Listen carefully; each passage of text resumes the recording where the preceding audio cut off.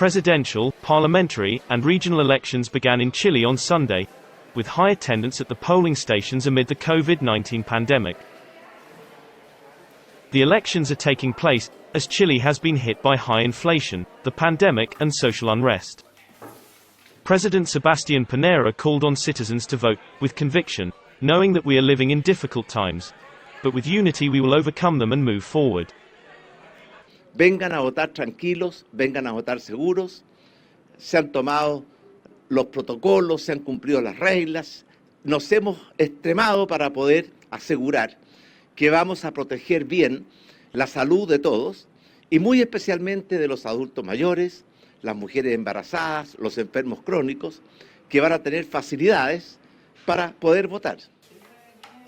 The President of the Electoral Service of Chile, Andrés Tagle, called on voters to inform themselves using official sources, so as not to spread fake news.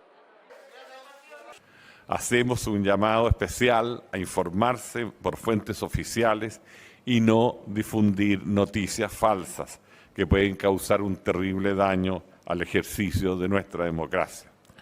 Participar es fundamental, es un derecho y un deber cívico al que estamos convocados responsablemente.